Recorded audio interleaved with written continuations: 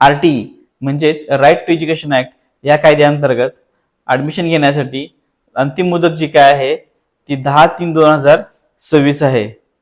2026-27 साठी महाराष्ट्र सरकारने 1 किलोमीटरच्या अंतरामधली शाळा निवडण्याची अट जी काय आहे यावर्षी घालण्यात आलेली आहे, जी की गेल्या वर्षी किंवा याच्या आधी 3 किलोमीटर अंतरापर्यंतच्या शाळा जे काय आहेत तुम्ही निवडू शकत होतात.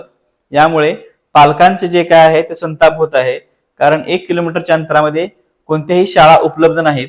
त्यामुळे त्यांच्या पालकांचे जे काय आहे संताप इथे व्यक्त होत आहे. 1 किलोमीटर अंतरावर असलेल्या शाळा निवडण्याचा जो निर्णय आहे या निर्णयामुळे बरेचसे विद्यार्थी जे काय आहेत या योजनेपासून वंचित राहू शकतात. या संदर्भातच मुंबई उच्च न्यायालयाच्या नागपूर खंडपीठामध्ये एक याचिका दाखल करण्यात आली होती. या याचिकेमध्ये हा निर्णय जो काय आहे 1 किलोमीटर अंतरापर्यंतचा निर्णय जो काय सरकारने घेतलेला आहे तो निर्णय सध्या तरी त्यांनी स्थगित दिलेली आहे. 1 किलोमीटर अंतरापर्यंतच्या निर्णयाला स्थगिती दिल्यामुळे आता तो निर्णय जो काय आहे तो बदल होईल का या संदर्भात सगळ्यांचे लक्ष जे काय आहे ते लागून राहिलेले आहे. तो पूर्वीसारखा 3 किलोमीटर पर्यंत होणार का या संदर्भात उच्च न्यायालयामध्ये 10/3/2026 साली याचा निर्णय लागणार आहे.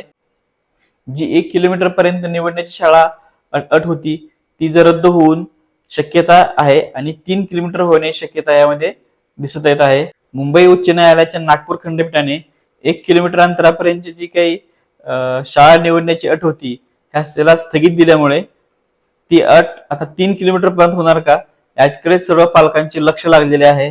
आणि जी तारीख 10/3/2026 पर्यंत फॉर्म भरण्याची होती ती वाढेल का या सर्व गोष्टींकडे लक्ष जे काय ते पालकांचे लागलेले आहे. 10/3/2026 साली जो काही नागपूर खंडपीठाकडून जो काही निर्णय येणार आहे या निर्णयावरती महाराष्ट्र सरकार शालेय शिक्षण व क्रीडा विभाग काय निर्णय घेणार आहे हे आपण लवकरच समजून येईल.